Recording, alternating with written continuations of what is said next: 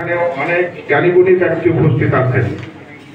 আমার নির্বাচিত চেয়ারম্যানরা আছেন, ভাইস চেয়ারম্যানরা আছেন, উপজেলা চেয়ারম্যানের বক্তব্য শুনেছেন, মুখ্য বৈজ্ঞানিক কর্মকর্তার বক্তব্য শুনেছেন, উপজেলা মৎস্য কর্মকর্তার বক্তব্য শুনেছেন, আরো চাষিদের চেয়ারম্যানের বক্তব্য শুনেছেন। কিন্তু আমার মনে হয় যে কেউ প্রাণ খুলে কথা বলবার সময় পান নাই।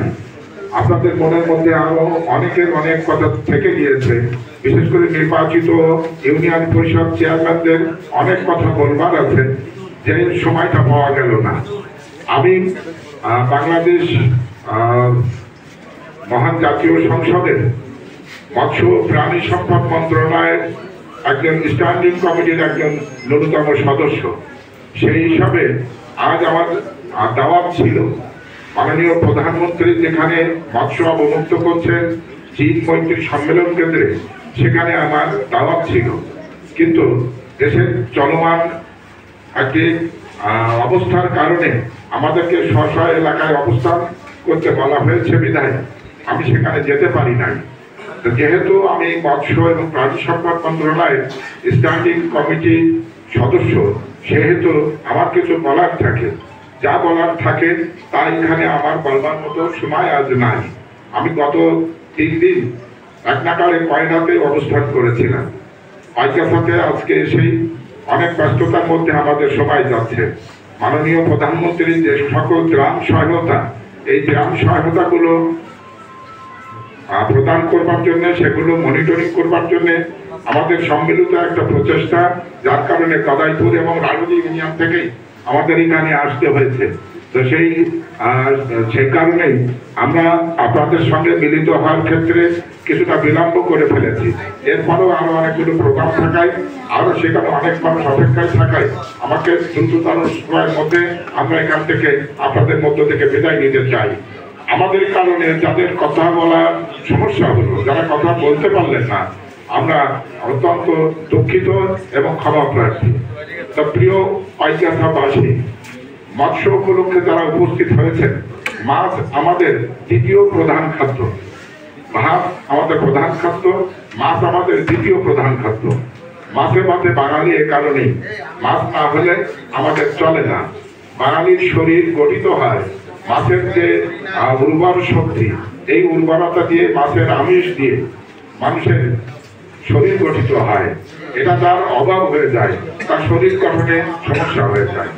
তা আমি যেহেতু আমার কথা সংক্ষিপ্ত করতে হবে, তার মধ্য দিয়েও যেটুকু বলা যায় সেটা এই যে মাছ বলতে আমাদের এই লবণ পানি অদূষিত এলাকায় যে মাছটার নাম সব থেকে বেশি উচ্চারিত হয় সেটা হলো বাগদা চিংড়ি।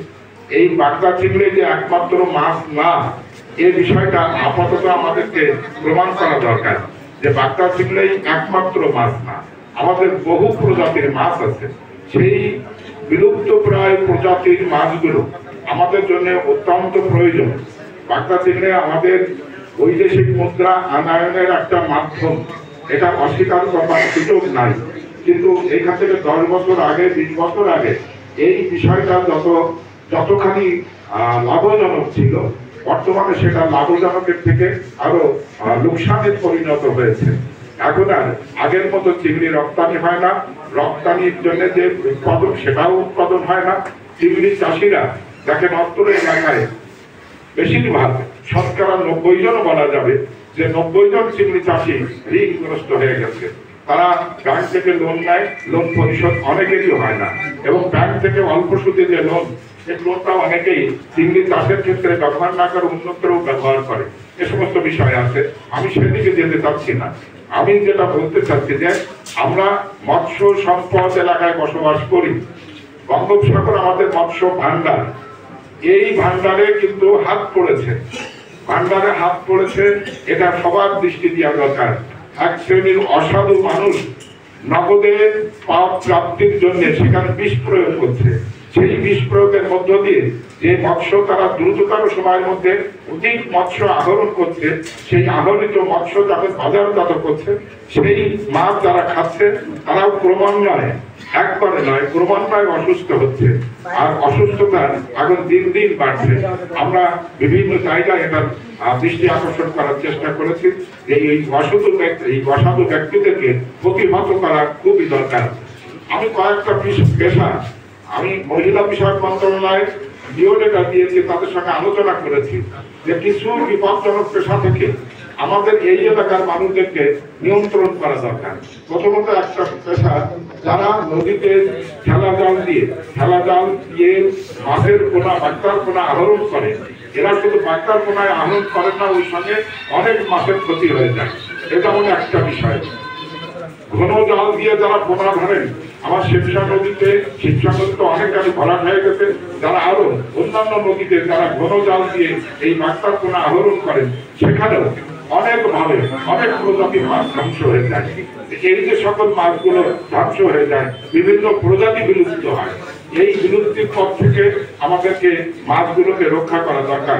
সরকারের একটা বলা যায় যে যুগান্তকারী পদক্ষেপ, ইলিশের প্রজননের সময় যেমন ইলিশ ধরা বন্ধ করা হয়, তেমনি এই যে 63টা দিন সরকার মাছ ধরা, সাগরে মাছ ধরা বন্ধ করে দিয়েছে, তার জন্য তাদেরকে আবার খাদ্য সহায়তা দিচ্ছে। এই 63 দিন মাছ ধরা বন্ধ করা কেন? মাছের প্রজাতিকে বৃদ্ধি করা প্রাকৃতিক ভাবে। এখানে লবণ পানি কেন্দ্রে, লোনা পানি কেন্দ্রে যেটা আপনারা করেন, সেটা অত্যন্ত গুরুত্বপূর্ণ কাজ করেন। গবেষণার মধ্য দিয়ে নতুন নতুন প্রজাতির সৃষ্টি করা, এটা গুরুত্বপূর্ণ। যেমন আমাদের এই ধানের ফসল, আগে যখন আমাদের ধান হতো বিঘা প্রতি 10 মণ ধান হলে আমরা মনে করতাম যে যথেষ্ট ভালো ধান হয়েছে, কিন্তু এখন বিঘা প্রতি আমার কৃষি কর্মকর্তারা গবেষণা করে করে এমন প্রজাতি সব বের করছে, যা সেই প্রজাতিগুলোর মধ্য দিয়ে আমার খাদ্য ঘাটতি যেমন পূরণ হচ্ছে, দেশ সমৃদ্ধ হচ্ছে। তাহলে মানুষ যেমন বাড়ছে, আমার খাদ্যের পরিমাণও তেমন বাড়াতে হবে। তেমনি ধানের সাথে সাথে আমার মাছও বাড়াতে হবে। ওনাদের গবেষণার মধ্য দিয়ে সেটা অনেকটা সহজ সাধ্য। এর থেকেও সহজ সাধ্য প্রাকৃতিক উপায়ে মাছ বাড়িয়ে দেওয়া। এই যে 63 দিন সরকার সাগরে মাছ ধরা বন্ধ করে দিয়েছে, কেন দিয়েছে? যে মাছের ডিম ছাড়া মৌসুমে যদি মাছগুলো ধরা না পড়ে, ডিম ছাড়ার পরে যদি ধরা পড়ে, তাহলে লক্ষ লক্ষ কোটি কোটি মাছ বৃদ্ধি পাওয়ার সুযোগ থাকে। সরকারের এই পদক্ষেপগুলো অত্যন্ত যুগান্তকারী পদক্ষেপ। এই পদক্ষেপগুলো আরো অন্যান্য মাছের ক্ষেত্রেও নেওয়া দরকার। ধরেন এখন আপনার ট্যাংরা মাছের পেটে ডিম হয়, এই ডিমওয়ালা ট্যাংরা মাছ যদি ধরা কিছুদিন বন্ধ করা যায়, তাহলে ট্যাংরা মাছের অভাব আর হয় না। হয়তো খালে বিলে দেখা যায় পা দেওয়ার জায়গা থাকবে না, ট্যাংরা মাছের কাটা উঠে যাবে। কিন্তু এই ডিমওয়ালা মাছগুলো এখন সব ধরা পড়ে যায়।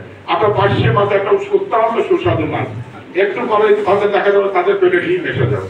এই ডিমগুলো যখন ধরা পড়বে, এই ডিমওয়ালা মাছগুলো যদি ধরা না পড়ে, তাহলে পার্শে মাছের পোনা আর ওইভাবে বিক্রি করার দরকার পড়ে না।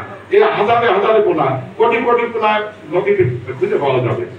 আমরা যদি একটু পরিকল্পিত উপায় এই বিষয়গুলো চিন্তা করি, তাহলে দেখা যাবে যে আমাদের এই মৎস্য ভান্ডার, যেটা বঙ্গোপসাগর মৎস্য ভান্ডার, সেই ভান্ডার আমাদের ফুরাবে না, আরো বৃদ্ধি পাবে, আরো শ্রীবৃদ্ধি ঘটবে। তা আমি আপনাদের কাছে শুধু এটুকুই নিবেদন করে আমার কথা শেষ করতে চাই যে আমাদের এলাকা মাছে ভাতের এলাকা, আমরা মাছ না হলে আমাদের ভাত খাওয়া শেষ নামে না। এখানে আমাদের হারিয়ে যাওয়া প্রজাতি যা ছিল, যেগুলো আমাদের রক্ত সমৃদ্ধ করে, শরীর গঠনে সমৃদ্ধ করে, আমাদের শরীরের হাড়গুলো মজবুত হওয়ার সুযোগ সাহায্য করে, সেই সকল মাছ যা আমাদের হারিয়ে গেছে, এগুলোকে ফিরিয়ে নিয়ে আসতে চাই।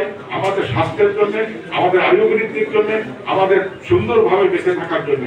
তাদের রক্ত শূন্যতা থাকে, এই রক্ত শূন্যতা পূরণ করবার জন্য মাছের যে সকল মাছগুলো দরকার পড়ে, সেই সকল মাছগুলো হারিয়ে গেছে। এখন রক্ত পূর্ণ করবার জন্য, রক্ত প্রবৃদ্ধি করবার জন্য আমাদের ওষুধ খেতে হয়। এই ওষুধ তো কোনো কেমিক্যাল ছাড়া তো ওষুধ হয় না। প্রাকৃতিক নিয়মের বাইরে চলাটাই হলো অনিয়ম। এই প্রাকৃতিক সম্পদ আমরা ধরে রাখতে চাই। তো আপনাদের সঙ্গে পরবর্তীতে আরো অনেক কথা বলবার সুযোগ আছে, আমি বলার চেষ্টা করব। এই বিষয়টার উপরেই আমাকে ওই স্ট্যান্ডিং কমিটির মেম্বার করা হয়েছে, এই বিষয়গুলো বলবার জন্য, আরো গভীরভাবে চিন্তা করবার জন্য।